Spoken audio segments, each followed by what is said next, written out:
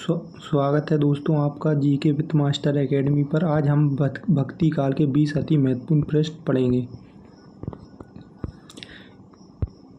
इसमें सबसे पहला प्रश्न है, सुदामा चरित्र किसके द्वारा रचित काव्य ग्रंथ है? तो इसका करेक्ट आंसर हो जाएगा नरोत्तम दास। नंबर 2, गंग किस राजा के दरबारी कवि थे? तो इसका राइट आंसर हो जाएगा अकबर। रुद्र संप्रदाय की स्थापना किसने की? रुद्र संप्रदाय की स्थापना विष्णु स्वामी ने की।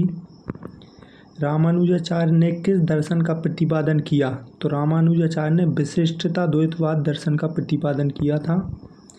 रहीम किसके दरबार में कवि थे? तो रहीम अकबर के दरबार में कवि थे। मदनाष्टक के रचयिता कौन है? तो इसका करेक्ट आंसर हो जाएगा रहीम। मदनाष्टक की भाषा क्या है? तो मदनाष्टक की भाषा खड़ी बोली है। उत्तर भारत में भक्ति का प्रसार करने का श्रेय रामानंद जी को प्राप्त है। भक्ति आंदोलन को लोक जागरण किसने कहा? तो हजारी प्रसाद द्विवेदी ने भक्ति आंदोलन को लोक जागरण काल कहा था। हिंदी साहित्य के किस युग को स्वर्ण युग कहा जाता है? तो हिंदी साहित्य में भक्ति काल को ही स्वर्ण युग कहा गया है।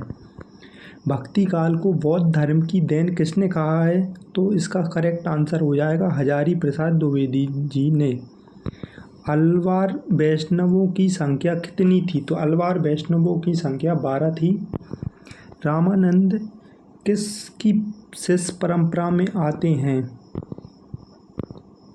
तो इसका करेक्ट आंसर हो जाएगा रामानुजाचार्य की शिष्य परंपरा में आते हैं। कृष्ण के साथ राधा की महानता किस संप्रदाय की विशेषता है? तो सनकादि संप्रदाय की विशेषता है। ओम जय जगदीश हरे की आरती की रचना किसने की है? तो इसका करेक्ट आंसर हो जाएगा श्रद्धाराम फिल्लौरी जी ने।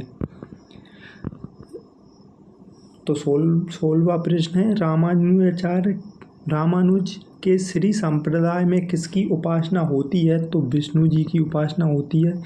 बरवे नायिका वेद का रचनाकार कौन है? तो इसका करेक्ट आंसर हो जाएगा दोस्तों रहीम। विभिन्न मतों के आधार पर हिंदी में भक्ति काव्य की कितनी शाखाएं मानी गई हैं? तो 4 शाखाएं मानी गई हैं।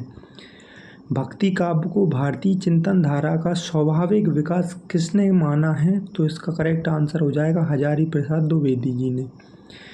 भक्तमाल किसकी रचना है? तो भक्तमाल नावादास की रचना है।